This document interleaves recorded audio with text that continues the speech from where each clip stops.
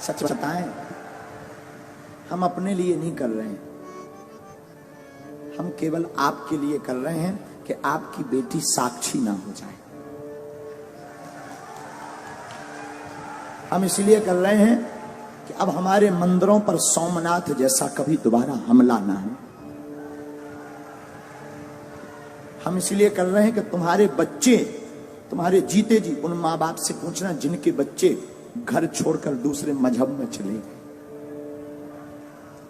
जिनकी बेटियां घर से भाग गईं, कश्मीरी पंडितों को भगा दिया। यहीं दिल्ली में यमुना के पास पाकिस्तानी हिंदू हैं शरणार्थी, उनको रहने के लिए निवास नहीं है, लाइट नहीं है। उनके पास जब जाओ और पूछो कि वहां पाकिस्तान में क्या हाल था, उनकी बेटियों को, छोटी छोटी बच्चियों को उठा लिया गया, 13-13 साल की बच्ची को उठा ले गए। और हम नहीं चाहते कि हमारे भारत में तुम लोगों की बेटियों के साथ ऐसा हो। सिर्फ हिंदुत्व की बात और सनातन की बात हम इसलिए बोलते हैं। क्षमा करना, जो पुलिस में भी है उनके ऊपर भी कितने हमले कहां कहां नहीं हुए, बंगाल में। हम नहीं चाहते कि लौटकर हमारे राष्ट्र के इन सिपाहियों के ऊपर कोई उंगली उठाए। इसीलिए हम हिंदुत्व की बात करते हैं, इसीलिए हम सनातन की बात। हमें कोई शौक नहीं चढ़ा है, ना हमें यश पाना है, ना हमें सम्मान, ना हमारी कोई पार्टी है कि हमें राजनीति करनी है।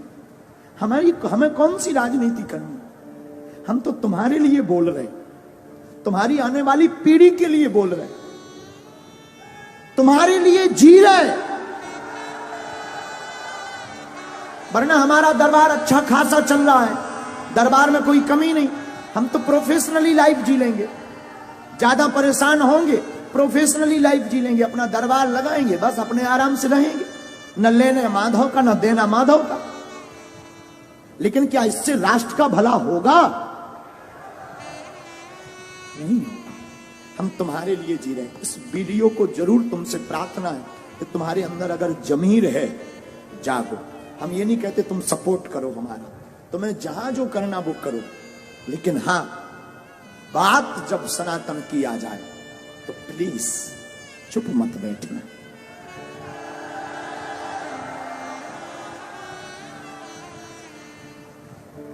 इसलिए प्रार्थना है, नहीं बाइकआउट करना ही पड़ेगा, बिना उसके काम भी नहीं चलेगा। जो ऐसा चलाए और जो ऐसा करे उसको देखना, उसके पंडालों में जाना बंद कर दिया जाए। अब बाबर का देश नहीं, रघुवर का देश है यार, बेफिजूली। हमने राम के लिए इतने साल कोर्ट में माथा पच्ची की, भगवान कृष्ण की पूजा नहीं खुलकर कर पा रहे, राम की यात्राओं में पत्थर लग रहे, पाल घर में संतों को पत्थरों से पीट पीट कर बर्बरता निर्दयता से मार दिया जाता, और लोग कहते तुम चुप बैठो। और हां, हमारे बोलने से और तुम्हारे जय श्री राम केवल मोबाइल चलाने से भारत हिंदू राष्ट्र नहीं बनना है। तुम्हें आवाज उठानी पड़ेगी और जैसे को तैसा जवाब देना पड़ेगा, तुम्हें घर से बाहर निकलना पड़ेगा। क्योंकि हम कोई राजनेता नहीं है कि तुमने ताली पीटी और वोट दिया और हम चले गए। हम सनातन के सिपाही हैं। जब तक तुम्हारे अंदर जुनून और जोश नहीं भर देंगे, जब तक तुम्हें सड़कों पर तूफान, मंदिरों में भीड़, सड़कों पर तूफान चाहिए, हमें राम राज्य से भरा हिंदुस्तान चाहिए। और आज तुम जवाब नहीं दोगे, कल तुम्हारी कोई नहीं सुनेगा। 5-6 प्रदेश में हिंदू अल्पसंख्यक हो गए, यूपी में भी हो जाओ, भारत में भी हो जाओ। तो अगर नहीं ऐसा चाहते हो तो आओ, चाहते हो तो ठीक है, तुम्हारी इच्छा, हम तो बोल सकते हैं। नहीं चाहते हो, तुम्हारे अंदर जमीर है। हमारे पूर्वजों ने राम के लिए अपने प्राण त्यागे हैं। भारत के लोगों, तुम्हारे पूर्वजों ने संस्कृति और संस्कार और भारत को बचाने के लिए बलिदानियां दी हैं। और तुम इसको थोथा बनाकर गुलाम मत बनवा देना।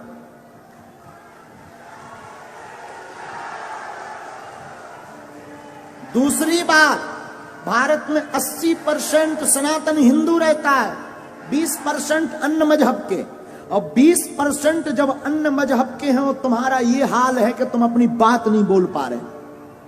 जिस दिन तुम 50% से नीचे आ जाओगे, घरों में नहीं रह पाओगे।